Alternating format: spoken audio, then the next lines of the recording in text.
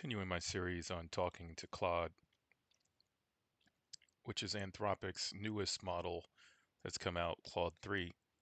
Starting to look into other things that we can do. Obviously, we looked at vision in the last one and discovered that we can interrogate the images that we see that we have stored in our images photos library. So screenshots and particularly snapshots that you're taking on your Vision Pro.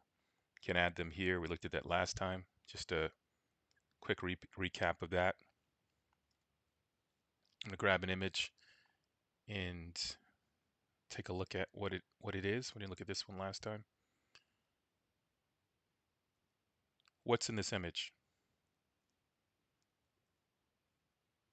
And we'll find that Claude comes back after a little bit of time and it lets us know that there's something going on in this image, and I did not well format these, but you can see the result. This image shows two people wearing virtual reality headsets or goggles. They appear to be outside in some kind of public setting, possibly a park or even event space based on the blurred background. The woman in the foreground is a woman, long dark hair. She's wearing a white VR headset, and goes on and on and on. And very few. It looks like also saying that this image might be computer generated environments. Wow, interesting. So let's cancel that. Let's take a look at another thing that Anthropic's released with this model is this ability to call functions. So think of functions as a matter of fact, let me just show that simulator again. But think of functions as I'm doing something and I can call something else that might be able to help me do something else than my large language model was capable of doing before.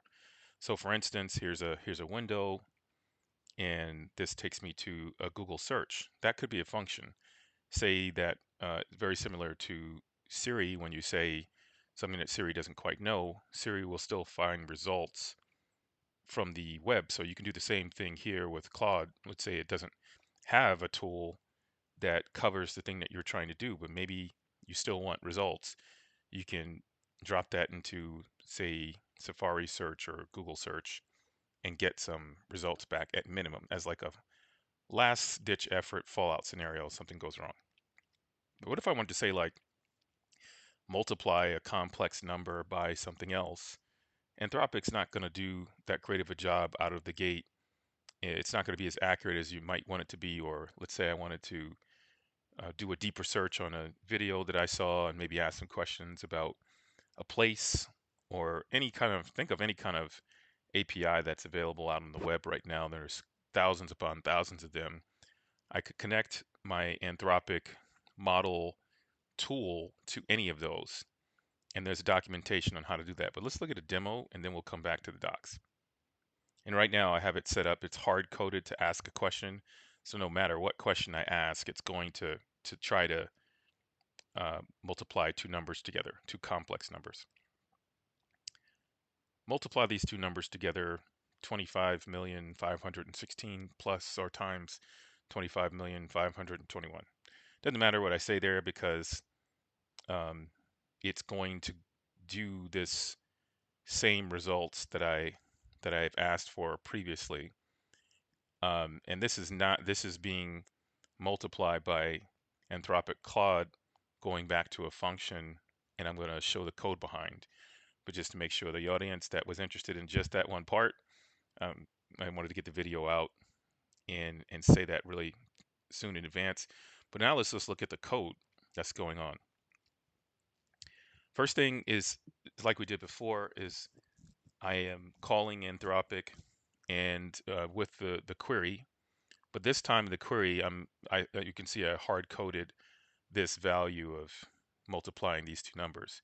This is direct from the example that they put out there. There's an example that this example is telling the weather in a certain location, and then they also put out an example of the multiplying the two numbers together. So let's take a look at that one. In that, and I actually used those exact two numbers. This code is in Python, and we want this to be in Swift. So essentially, what I did is translate this to Swift, and from there, I was able to get back the same result. So what they do a standard multiplication, they get back an answer. The answer is mostly correct, but not exactly right. So then they do this arithmetic operation, and it says, okay, if it's any of these basic operations, then we're going to do some basic math and return a result. So I've done the same thing in Swift, and I'm going to show you that shortly. And then from there, they're saying, you know, describe the tool that you're going to that you have available to you, or tools. So I can send an array of tools, and they can tell me the tools, the parameters that are associated with each tool. So this is one instance of a tool description right here. And the tool name is calculator, and here's the description, what it can do. So this obviously should be something that you turn into an object, a function with inputs and all those kinds of things. So we will do that in Swift. And then here's how you break down the parameters that you can have. Here's a first operator, second operator, and then the the operator itself. So second operand, sorry. And these operations must either be one of these things. Imagine you can make this way more complex if you needed to. Now, Claude for Vision was able to solve a calculus problem. So in the last one, so I'm pretty sure it can handle this basic operation, but we're creating a tool just to show that we can create tools. And then this is the system prompt. So rather than continue to show what happens here, you can go right here. I'll leave this link in the description, and you go back and see essentially what all this is. But let's go back into Swift code. And what we've done is essentially the same thing, hard coded some things just to make this move faster. But as time permits, I'm going to go back and change the prompt so that the prompt is actually looking for either an answer or whether it can use a tool instead. And I'm going to have, hopefully, when I'm finished with my app, hundreds of tools, over the course of a year or so. And that's it. So, um, and then what it does is it says for you to return, once you have the function call, go back and send the function call plus the original request, and it will create a response that actually makes sense for your operation. So let me just show you the response that it comes back with, and it is uh, the the role that's passed is that of an assistant, and then I pass to it as well the the result of the calculation. So when it's done, it says, okay, this is my operand. This is the second operand. This is the operator, multiplication operator. It does the arithmetic locally, and then when it's done with the arithmetic, I pass all of that back to the um, to the large language model, and it gives me back a result. So let's just take a look. I'll run this again, and let's just take a look at the message that's passed back. Blah, blah, blah, blah, blah. Doesn't matter because I've hard coded this to actually just do the math function. So you can see here, there's a message that comes back, and it has all kinds of results. And it says the result of multiplying this number by this number is this number. So this is the message coming back from Claude. And if you notice in the user experience, and we'll just make that real big right there, is that you can see it did the multiplication and gave you back a good result. So you can imagine all the use cases here that we can use with Vision Pro. Not only could we create tools for our specific business purposes, but hey, if this is a game, we can create a tool for any kind of request. And I don't know if Claude is the right answer for an indie game because it's kind of expensive to use. But just imagine using these kinds of functions in general. You can do the same thing with Mistral, And you can actually, within Amazon Bedrock, it has the concept of functions as well, in the form of agents. So you can also create an agent to do some of these things.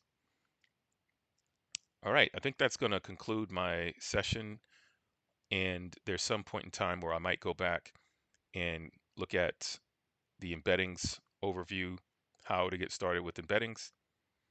And so we might find a use case for embeddings that's applicable in the Vision Pro, and we'll add that in as well.